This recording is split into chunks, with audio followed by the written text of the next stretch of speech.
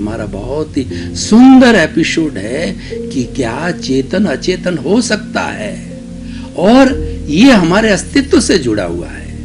हम चेतन हैं तो क्या हम अचेतन हो सकते हैं? क्या हम चेतन से जड़ हो सकते हैं क्या?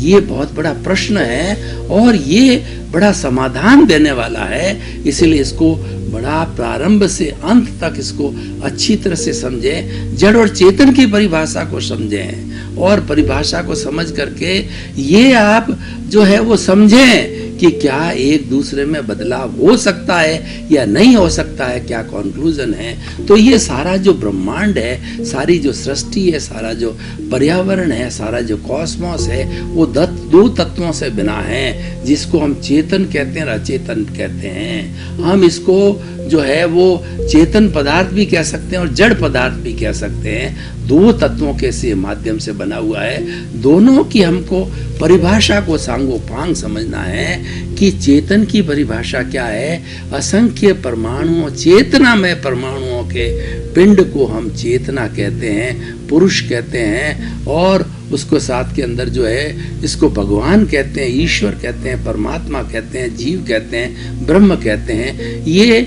इसके 23 नाम दिए गए हैं, और ये हर धर्म दर्शन ने हर एक ने अपनी अपनी परिभाषाएं दी है। तो ये चेतन है, और चेतन तत्व होता है वह सुख दुख की अनुभूति करता है। सबसे बड़ा चेतन तत्व के अंदर जो पॉइंट होता है वो सुख दुख की अनुभूति करना, और उस अनुभूति के कारण ही यह इतना व्यक्तित्व विकास करता। मनुष्य जो है इस सृष्टि का सर्वश्रेष्ठ प्राणी क्यों कहा गया है, दूसरे प्राणियों को क्यों नहीं कहा गया है? क्योंकि मनुष्य के अंदर संवेदनशीलता होती है, मनुष्य सुख दुख की अनुभूति करता है, मनुष्य राइट और रॉन्ग के बारे में करता है, मनुष्य विवेक के बारे में सोचता है। विवेक के लिए कहा गया विवेके धम्ममाइये, विवेक ही धर्म है। विवेक क्या है कि आप अपने आप को चेतन तत्व जानने के बाद के अंदर ये प्रयास करो कि जगत के प्राणी मात्र को मेरे द्वारा कष्ट न हो, मेरे द्वारा दुख न हो, मेरे द्वारा किसी तरह की जो है वो उसको तकलीफ न हो, क्योंकि उसको जितनी जितनी हम दुख देते हैं, तकलीफ देते हैं, उससे ही हमारा कर्मों का बंधन होता है, और उसी को राग द्वेष कहते हैं। और ये राग द्वेष से ही ये हमारा कार्बन शरीर बना है, लिंग शरीर बना है, कॉजल बॉडी बना। ये सारी सृष्टि जो है ये वीतराग है। 84 लाख जीवा योनिया मेरे लिए जो है वो शुद्ध है, और कोई भी उसमें दोषी नहीं है, वो निर्दोष है, और मेरी आत्मा भी निर्दोष है, और वो भी प्योर है। फिर तकलीफ कहाँ है? सारी तकलीफ जो है मेरे चेतन के भीतर जो जड़ पदार्थ है वो तकलीफ है, जो कि क्रोध है, अहंकार है, माया है, लोभ है, और उसके साथ के इसको राग द्वेष कहा जाता है, इसको कषाय कहा जाता है, इसको कार्बन शरीर कहते हैं, इसको लिंग शरीर कहते हैं, कॉजल बॉडी कहते हैं। ये जन्म जन्मांतर से मेरे साथ में चल रहा है, और इस अशुद्धि के कारण ही मैं 84 लाख जीवा योनि में भ्रमण करना।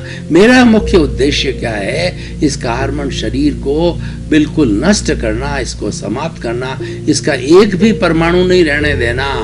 देखिए कि हमारे कभी घाव हो जाता है तो घाव से पस पड़ जाती है, उस पस से ऑपरेशन करके और सारी पस को निकाल दिया जाता है। फिर उसके बाद में उस पर कई तरह की ऐसी दवाएं लगती, बेटाडीन वगैरह लगाई जाती, फिर से नया पस की फॉर्मेशन नहीं हो, और जब पस की फॉर्मेशन नहीं होती है तो नई चमड़ी आ जाती है और सारा दर्द समाप्त होता है। इस तरीके से शरीर के अंदर किसी तरह की गांठ होती है, गांठ वो तकलीफ देती है। जब उसको जांच पड़ताल की जाती है तो कई बार वो कैंसर की गांठ जो है निकल आती। ईश्वर करे किसी की परीक्षण के अंदर वो कैंसर की गांठ न हो, नॉर्मल गांठ हो, लेकिन वो गांठ के जिसको मेद बोलते हैं वो बढ़ने लगती है और तकलीफ करने लगती है, दर्द करने लगती है। तब उसको शल्य चिकित्सा के द्वारा काट दिया जाता है, और काटने के बाद के अंदर वह शुद्धि हो जाती, फिर बढ़ना नहीं होता, दर्द समाप्त हो जाता है। तो हमारा सारा दुख है, जो हमारा सारा दर्द है, ये कार्बन शरीर है, ये जड़ पदार्थ है, इसको धोना है,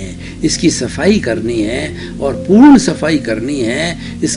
इसको सफाई को निर्जरा कहा जाता है। जब इससे जो कर्म डिसोशिएट होते हैं हमारी आत्मा से या कार्बन शरीर से, तब इसको डिसोशिएशन निर्जरा कहा जाता है। और इसका जो बंद होता है उसको आश्रव कहते हैं। और जब आश्रव यानी इस कर्मों के द्वार को हम रोक देते हैं, उसको संवर कहा जाता है। एक बार संवर की पूर्ण स्थिति पैदा हो जाती है, आश्रव रुक जाता है, तो इसके भीतर का प्योरिफिकेशन, सब्लिमेशन होकर के ज्ञाता दृष्टा भाव से, अकर्ता भाव से जब वो पूर्ण शुद्धि में बदल जाती है, तब हमारी मुक्ति रहती है। एक भी परमाणु जड़ का आत्मा के साथ नहीं रहता है। कार्बन शरीर बिल्कुल 100% जो है समाप्त हो जाता है, तब जाकर के हमारी आत्मा की मुक्ति होती है। तो ये सारी हमने चेतना की बात कही मैंने। अब हम जड़ पदार्थ की बात कर रहे हैं। बीच बीच में मैंने इसको जो है अपने कार्बन शरीर को जड़ बताया।